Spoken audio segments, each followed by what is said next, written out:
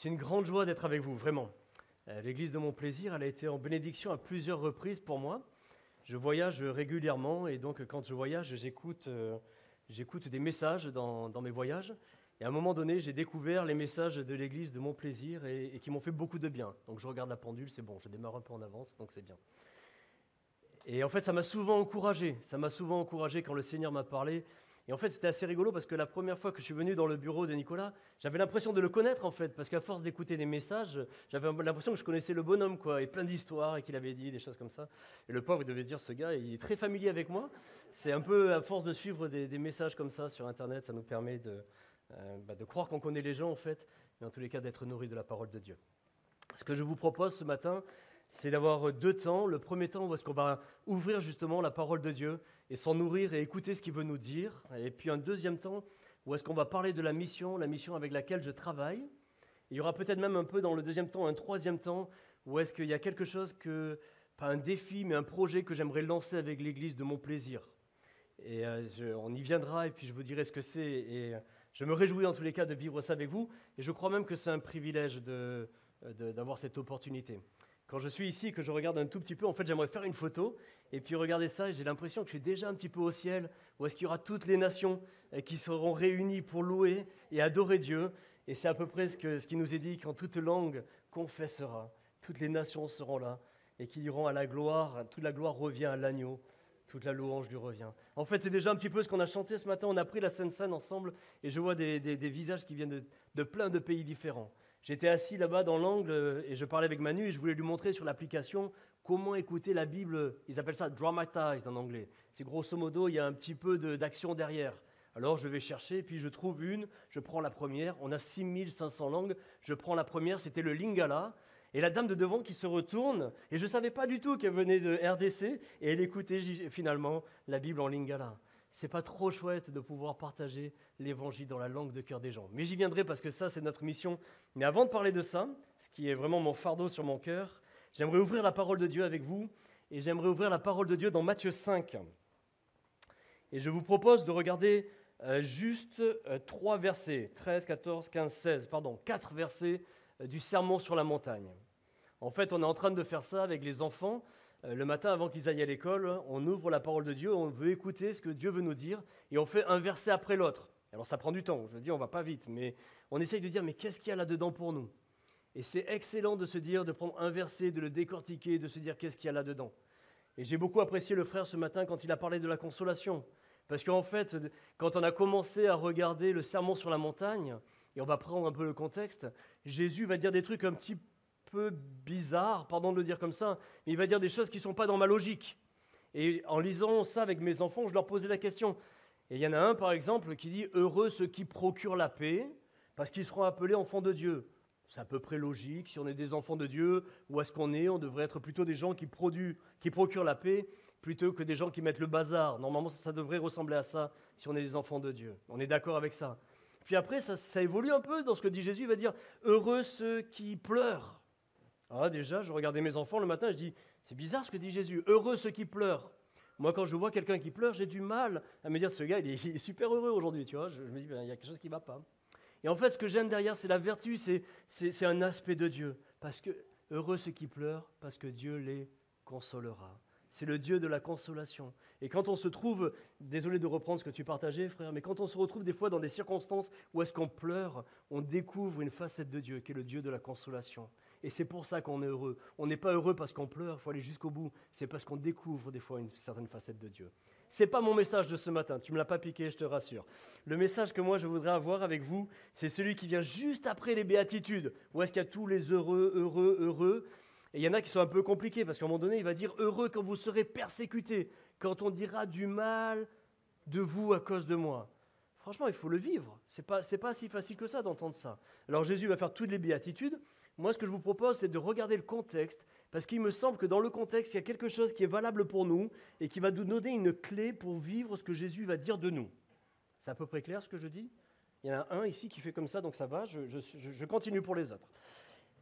En fait, si on regarde un tout petit peu avant, il y a Jésus qui va être baptisé par Jean-Baptiste, et là, il reçoit le Saint-Esprit, chapitre 3, dans l'évangile de Matthieu. À partir de là, il va être amené au désert, il va être tenté. On connaît les tentations, ce n'est pas ce qu'on va regarder ce matin. Et après les tentations, il va aller choisir 12 disciples. Là, c'est juste avant le chapitre 5 du Sermon sur la montagne. Et quand il va choisir les 12 disciples, ça va être le début du ministère de Jésus, où est-ce qu'il va prendre ces gars et il va les former pendant 3 ans. Il va les prendre avec lui, il va commencer sur le Sermon sur la montagne, et il va donner, on va dire, un fondement, les bases, on va dire ça comme ça, qui sont les béatitudes. Et tout de suite après les béatitudes, il va nous donner ces 4 versets qu'on va regarder ensemble. Mais moi, j'aimerais bien poser une question. Donc, je n'ai pas de micro à faire tourner, à part les pasteurs. D'après vous, à qui est adressé le Sermon sur la montagne? Donc, on a les 12 disciples qui sont là. Donc, il n'y a pas de mauvaise réponse. Il y a les 12 disciples qui sont là, et il y a la foule. Je lis le premier verset. À la vue de ces foules, Jésus monta sur la montagne, donc on sait qu'il y a la foule. Il s'assit et ses disciples s'approchèrent de lui. Puis il prit la parole pour les enseigner, il dit, et après c'est les béatitudes. Comment vous comprenez ça? Il s'adresse aux 12 ou il s'adresse à la foule? Il n'y a pas de mauvaise réponse. À la foule? Les deux? J'ai pas la réponse. Non. Ok. Moi, je pense vraiment que quand Jésus va s'asseoir, il va prendre les 12, et c'est important de comprendre un peu ça, parce que je pense qu'il y a quelque chose d'important dans ce qu'il va dire après. Il va prendre les 12, il va leur dire, vous les gars, vous êtes. Et c'est ce qu'on va regarder ensemble. Mais il va s'adresser aux 12 et la foule entend. La preuve, c'est qu'à la fin de l'enseignement qu'il va donner sur le Sermon sur la montagne, qui finit au chapitre 7, il va dire, on va lire le dernier verset qui va dire, la foule entendait les enseignements et était assez stupéfait de ces enseignements. Donc on est d'accord que toutes les réponses sont bonnes, la foule entendait. Par contre, il me semble qu'il s'adresse aux 12. J'essaye de mieux l'expliquer. Quand je suis à table et que ma femme regarde ma fille et dit « T'as vraiment des cheveux super jolis ». Bon, j'entends ce qu'elle dit, mais je comprends qu'elle ne s'adresse pas à moi. Je n'ai pas de problème avec mes cheveux, mais ce n'est pas parce que j'entends quelque chose que ça me concerne. Il y a une dame qui se moque de moi devant, mais ce n'est pas grave, tu as le droit.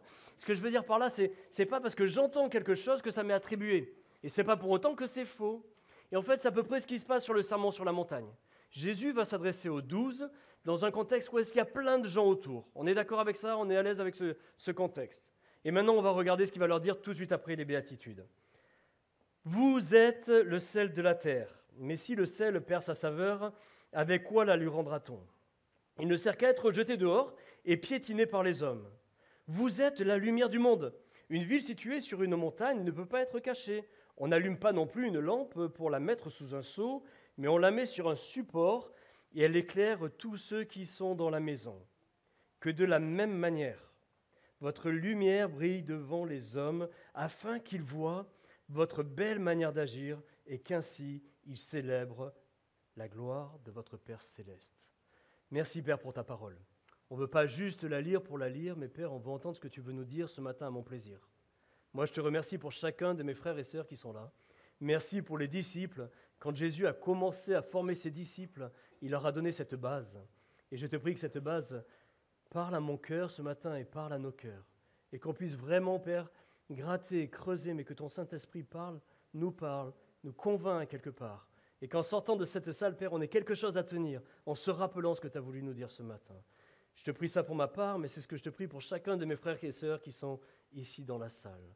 Alors Père, je te prie que ton Saint-Esprit parle au cœur, que tout ce que je vais dire qui ne vient pas de toi puisse être balayé, mais que vraiment tu puisses appuyer fortement, Père, ce qui vient de ta parole et ce qui vient de toi. C'est ce qu'on te prie dans le nom de ton Fils Jésus. Amen. Ok, du coup, quand je regarde ce texte, moi je vois 2 affirmations, et puis je vois 3 images, et derrière je vois après 2 points à retenir. On est d'accord avec ça, mais c'est ce qu'on va essayer un peu une étude de texte, mais ça vaut le coup de le regarder comme ça. Jésus va commencer, il va dire, vous êtes le sel de la terre.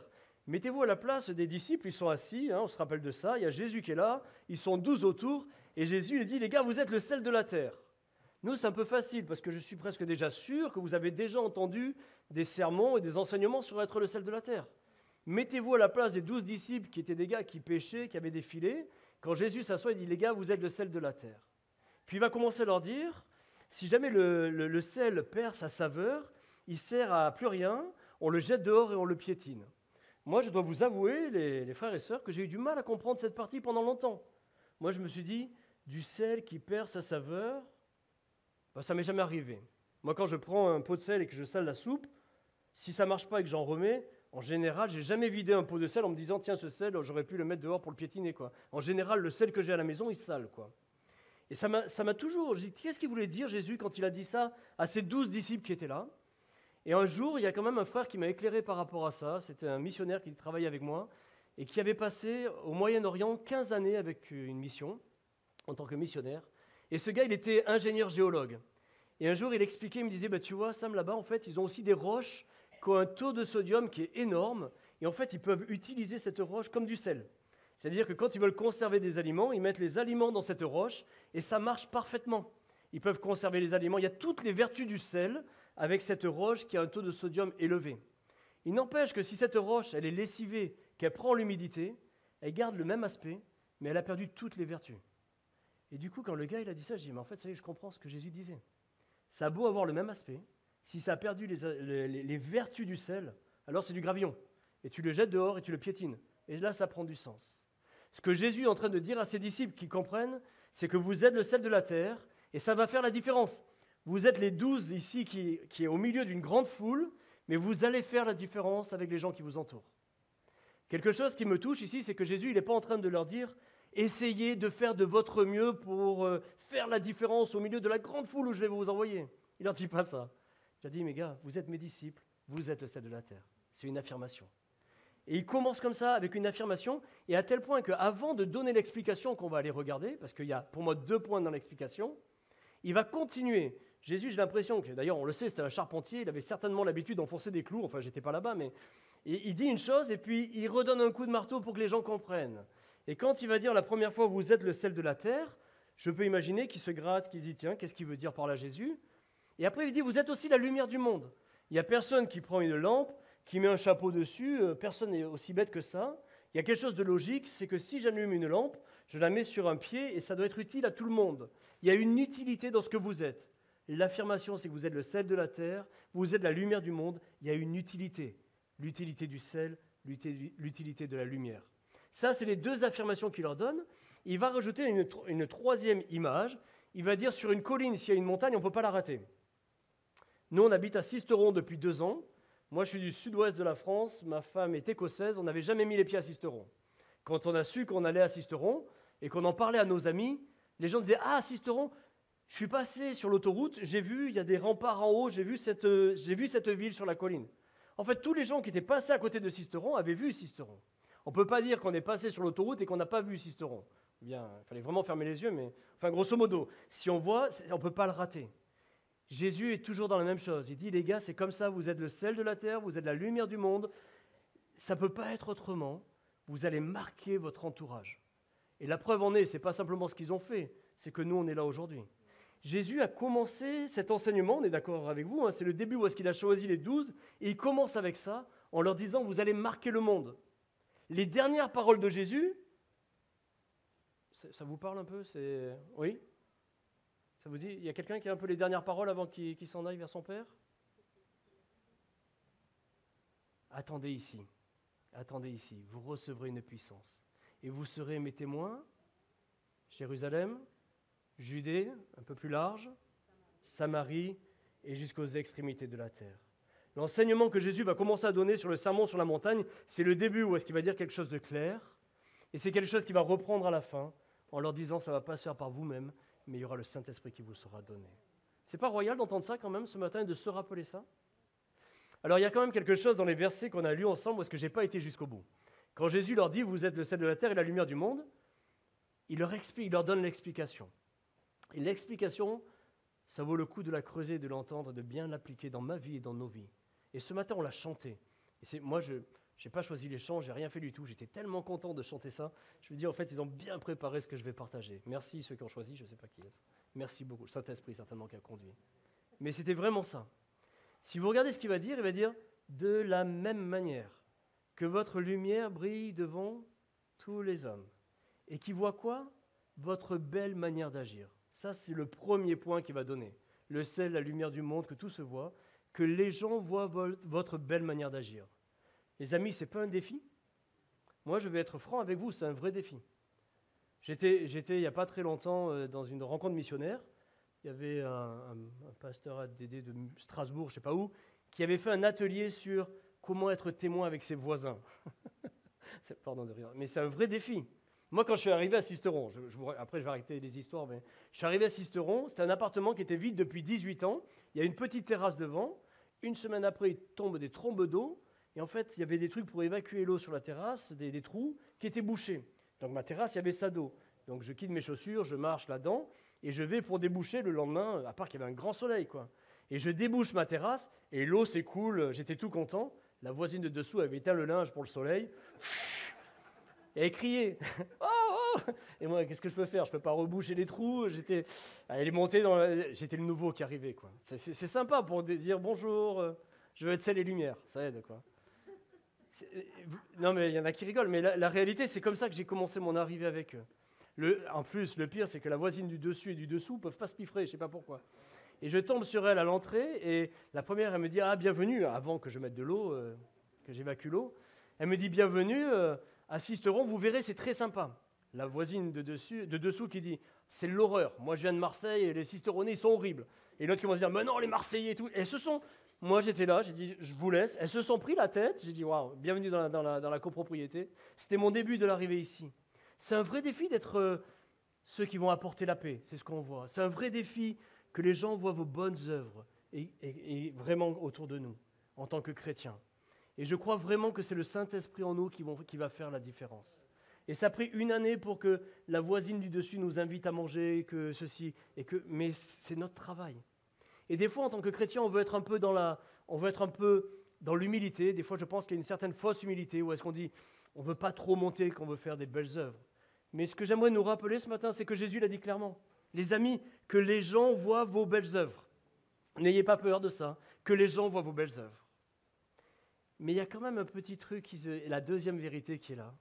Il y a qui voient vos belles œuvres et qui glorifient votre Père qui est dans les cieux. Et ça, c'est vraiment l'importance. On a beaucoup chanté ce matin sur la gloire, que toute la gloire lui revient. C'était dans nos chants ce matin.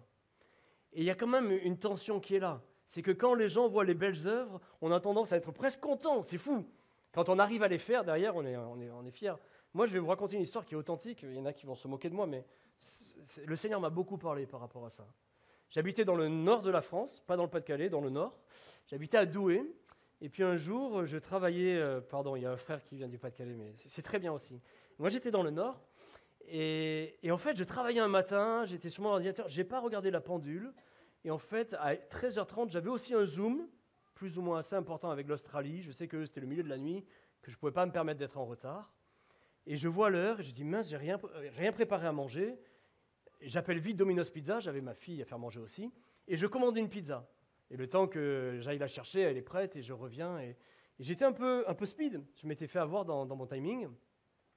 Et je saute dans la voiture, je prends ma fille avec moi, et hop, elle descend, elle attrape la pizza, on revient. Et j'habitais en centre-ville de Douai, pour ceux qui connaissent. C'est des rues à sens unique, où est-ce qu'il n'y a presque pas de parking. Et je sais que quand j'arrive chez moi, je peux tourner pendant 5 ou 10 minutes pour trouver une place de parking. Et j'avais vraiment... je ne vais pas dire que j'étais angoissé, mais si en plus je dois perdre 5 minutes ici, j'étais un peu stressé. Et là, j'arrive devant chez moi, il y a 3 places de parking. Celle du milieu, elle est libre. Et là, vous dites, Seigneur, il est bon, quoi, franchement. Et j'étais aussi content. Et j'arrive avec ma Dacia Logan rouge break, une voiture de missionnaire, là, un peu bien rouge. Et j'étais content, et je recule, je fais ma marche arrière pour faire mon créneau. Je ne suis pas un as des créneaux, mais normalement, ça se passe bien. Et là, quand je fais mon créneau, je rabats l'avant. Et bien sûr, quand je rabats, je touche la voiture de devant. Et je lui fais une belle trace rouge sur son aile arrière gauche, quoi. Et là, bien sûr, ça tombait mal. Alors, la voiture qui était devant, c'était une jolie Jaguar de collection V8, que je regardais depuis longtemps. Et c'est vrai que je disais souvent à mon fils qui aime bien les voitures, j'aimerais bien discuter avec son propriétaire. Voilà, je ne pensais pas que j'allais introduire comme ça avec lui. Les gens se moquent de moi, je savais. Des fois, quand je raconte, mais le Seigneur m'a beaucoup parlé par rapport à cette histoire. Du coup, j'ai repris mon créneau, j'ai garé la voiture, je suis allé manger ma pizza, j'ai donné la moitié à ma fille, j'ai été faire mon Zoom. Et puis le soir, je me dis, maintenant, il faut trouver ce propriétaire. Je sais qu'il est dans la rue, j'avais vu cette voiture depuis longtemps. Méloï rentre, mon épouse rentre, et je mets mon chapeau, je porte un chapeau, et puis elle me dit, tu vas où? Je dis, j'ai accroché la voiture, je vais essayer de trouver le propriétaire de la Jaguar. Vous savez déjà, de faire de l'évangélisation au porte-à-porte, c'est pas mon truc. J'aime beaucoup partager l'évangile, mais alors le porte-à-porte, c'est pas mon truc.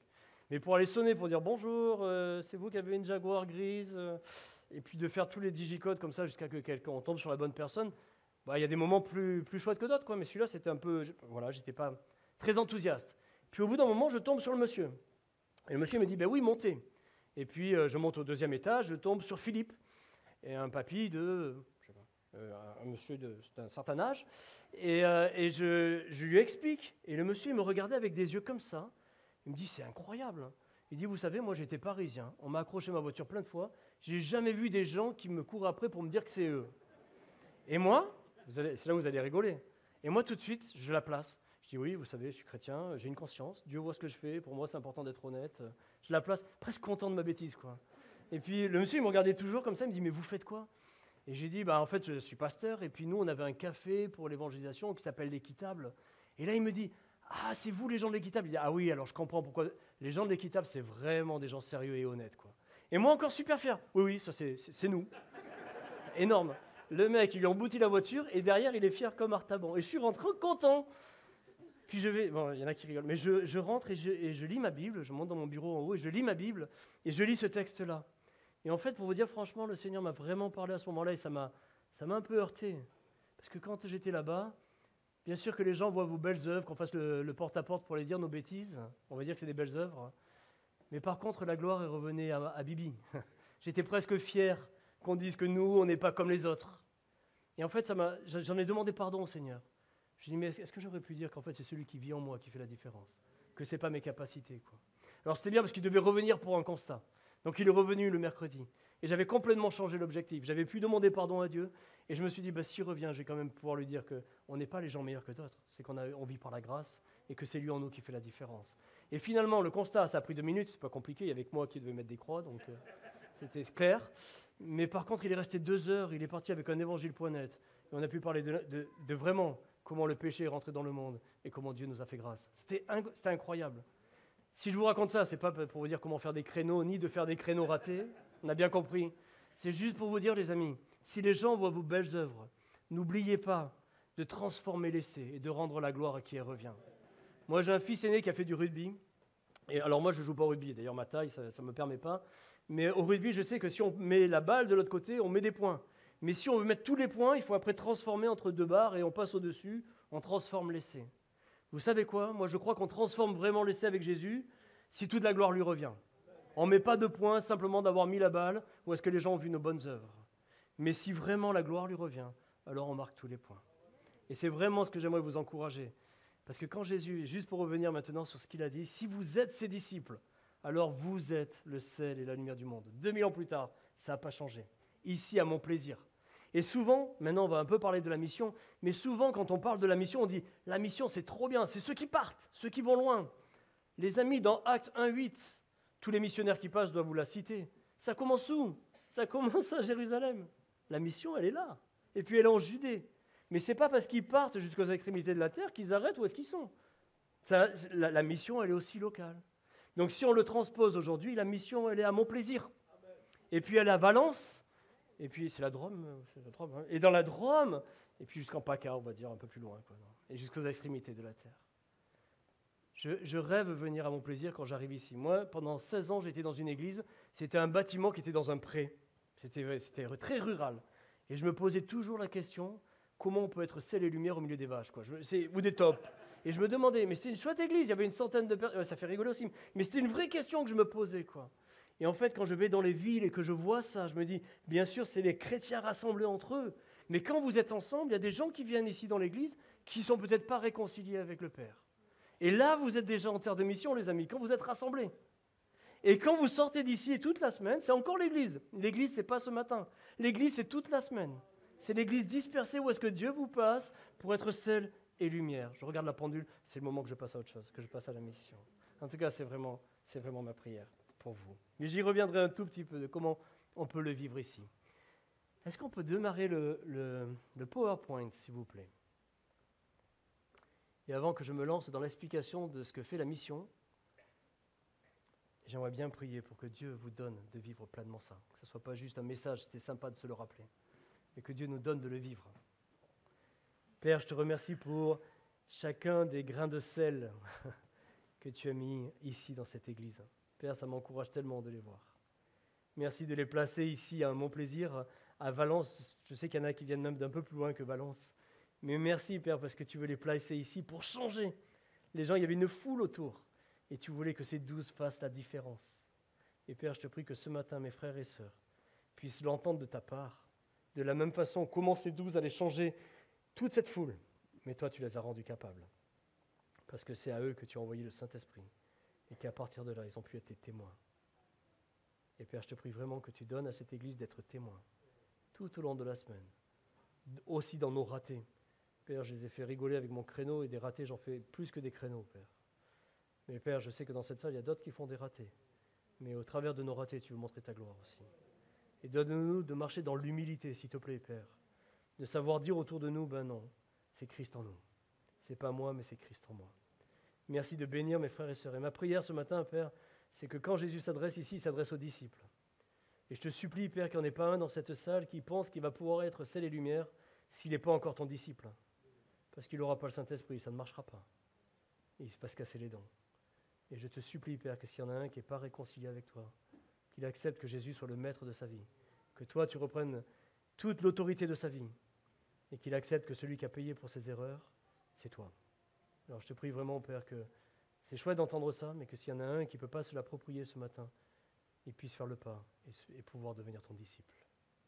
Je te prie ensemble, Père, dans le nom de ton Fils Jésus. Amen. La mission GRN, Global Recordings Network. Il y en a qui parlent anglais là-dedans, un petit peu, ils peuvent lever la main, mais si on ne parle pas anglais, c'est pas grave non plus. Il y a ma femme, heureusement elle est là, elle est britannique. En fait, pour vous dire franchement, Global Recordings Network en anglais, ça ne veut pas dire grand-chose. Ça veut dire l'enregistrement global en réseau. Et moi, ça ne m'aide pas trop à comprendre ce qu'on peut faire. Et quand je suis rentré dans la mission, il y a 2 ans, à plein temps, ou 3 ans maintenant, j'ai demandé au directeur, c'est possible de changer le nom? Vous savez, les nouveaux, ils ont toujours des idées tout renversées. Parce que quand moi, je voyage, personne ne comprend ce qu'on fait. Et en fait, le gars, il m'a expliqué, il m'a dit, mais tu sais, Sam, au début, on s'appelait GR, qui voulait dire Gospel Recordings, l'enregistrement de l'Évangile. Tout le monde comprenait ce qu'on faisait, c'était très bien. À part que quand on arrivait dans certains pays comme l'Afghanistan, avec Gospel Recordings, avec des cartons, c'était compliqué de rentrer, quoi. Il a dit à un moment donné, pour aller dans certains pays, des gens qu'on voulait atteindre, on a dû trouver un nom qui était un peu plus noyé, en tous les cas un peu moins compréhensible, un peu moins évident. Et donc, vu que la mission était connue sous le nom de GR, Gospel Recordings, ils ont rajouté le N, ils ont dit on va l'appeler Global Recordings Network. Alors, si vous ne vous rappelez pas du nom, c'est pas grave et c'est très bien comme ça. Ce qui serait chouette, c'est de vous rappeler, alors est-ce que j'ai allumé ça? Ouais, trop bien. C'est que vous vous rappelez ce qu'on fait. Et je vais vous raconter un tout petit peu l'histoire de la genèse de cette mission, parce que moi, elle me fascine. Et ce qui me fascine, c'est de voir comment Dieu équipe des personnes, combien il donne des talents. Au tout début que je suis arrivé ici, j'ai parlé avec, je mangeais le prénom, mais bon, c'est pas grave. Dans tous les cas, elle est dans l'audiovisuel, elle est aussi dans, c'est quoi ton prénom, pardon? Salomé. Et je me dis, mais Dieu donne des cordes à des gens que moi, j'ai pas. Moi, j'en ai pas beaucoup, en tout cas, j'ai pas ça. Mais quand je vois comment Dieu équipe des gens dans le son, ils sont ingénieux, moi, ça me fascine. Et tout ça pour sa gloire. Vous vous rappelez qu'on a parlé de faire les choses pour sa gloire. En 1939, en général, ce n'est pas une date super joviale. C'est pour ça que je suis content. Ouais, c'est clair, on se rappelle que c'est le début de la Deuxième Guerre mondiale. Il y avait une dame qui était missionnaire en Amérique du Sud. Elle s'appelait Joy. Et cette dame, elle était partie dans les endroits les plus reculés. Et elle avait appris le dialecte des gens. Et elle parlait avec eux. Et elle prenait sa Bible en anglais, elle était américaine. Et en prenant sa Bible, elle leur traduisait directement dans leur dialecte pour leur apporter l'Évangile. Et c'était sa joie. Et comme tous les récits missionnaires, on aime trop lire ça. Au bout d'un moment, dans cette communauté, il y a des gens qui ont accepté Jésus, il y a des gens qui sont convertis. Et Joy est restée au milieu d'eux, et elle prenait sa Bible en anglais, elle leur traduisait, ils se retrouvaient le dimanche, et elle leur donnait ça, elle les nourrissait directement. En 1939, Joy est tombée malade, assez gravement malade. Elle a dû être rapatriée aux États-Unis, elle était à l'hôpital. Et là, les médecins lui ont dit, vous savez, madame, vous ne retournerez pas en Amérique du Sud, c'était en Honduras, vous ne retournerez pas là-bas, c'est clair, votre santé ne vous le permet pas. Et elle était super triste. Et un jour, il y a un frère qui est venu dans la chambre d'hôpital et qui lui a posé la question, Joy, cette annonce de ne pas pouvoir retourner là-bas, c'est pas trop dur pour toi? On sait combien tu as à cœur, ces gens, comme tous les missionnaires qu'on voit passer, qui ont un cœur qui déborde un peu. Et en fait, Joy lui a répondu, mais tu sais quoi, ce qui m'attriste le plus, c'est pas trop d'être là et malade avec ma maladie. C'est de penser à cette communauté avec qui j'ai vécu. Ils n'ont rien aujourd'hui. C'est-à-dire que moi, je prenais la peine de prendre ma Bible en anglais et de leur traduire en ayant appris leur dialecte. Mais en fait, moi, j'ai rien enregistré, ils n'ont rien dans leur langue. Et si on veut envoyer quelqu'un, on repart à zéro. On va trouver quelqu'un qui voudra y aller.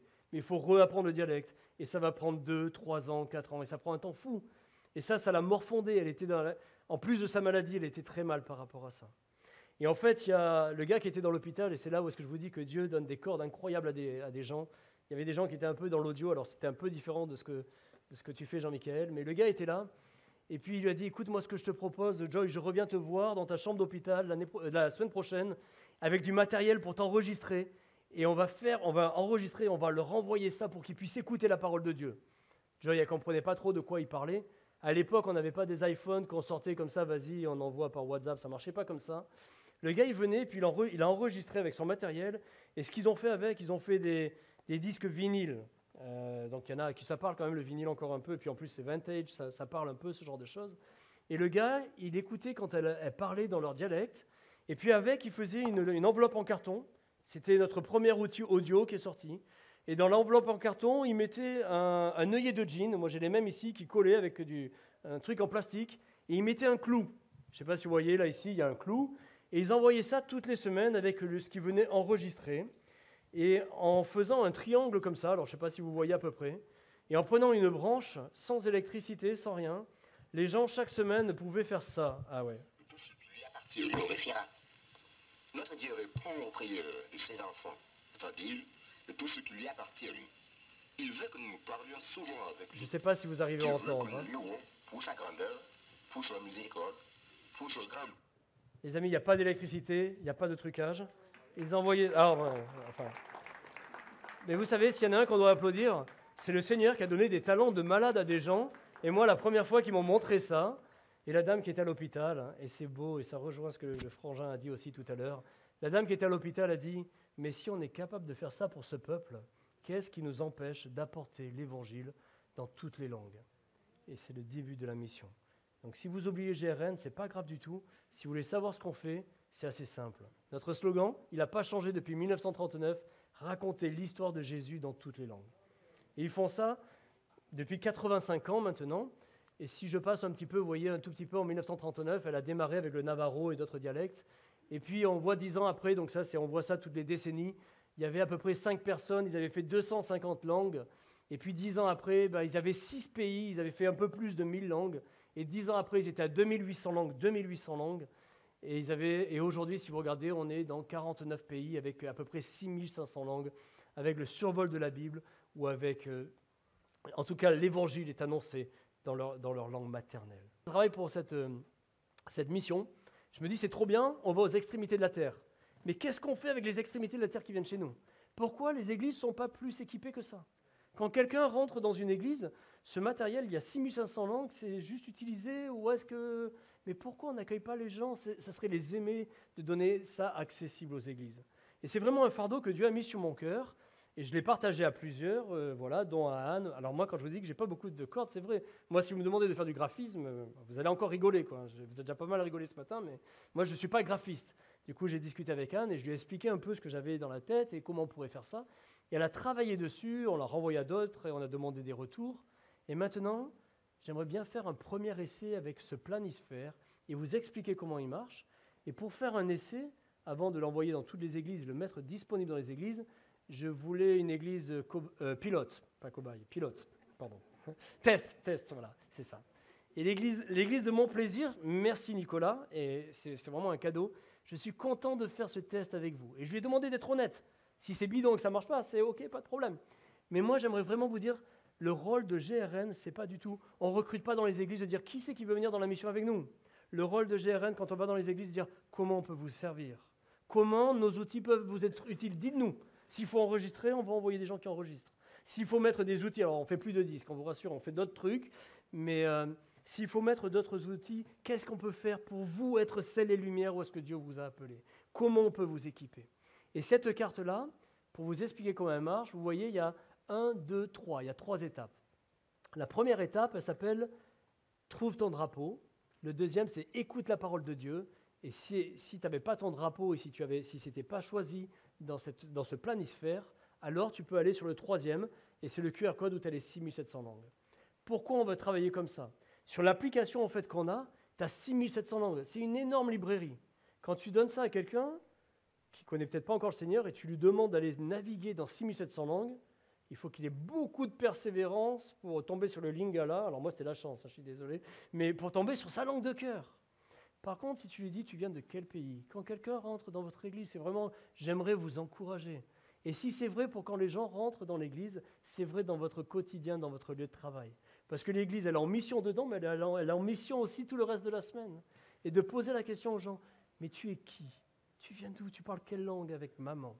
Et une fois que, en fait, vous savez quoi? Ce que j'ai demandé à Nicolas, c'est, est-ce que vous pouvez choisir les pays où vous pensez qui ressemblent à votre communauté, alors à votre contexte, à mon plaisir. Pas les gens qui sont ici, mais plus large que ça. J'ai eu un coup de téléphone, c'était très rigolo, avec l'Écosse il n'y a pas très longtemps.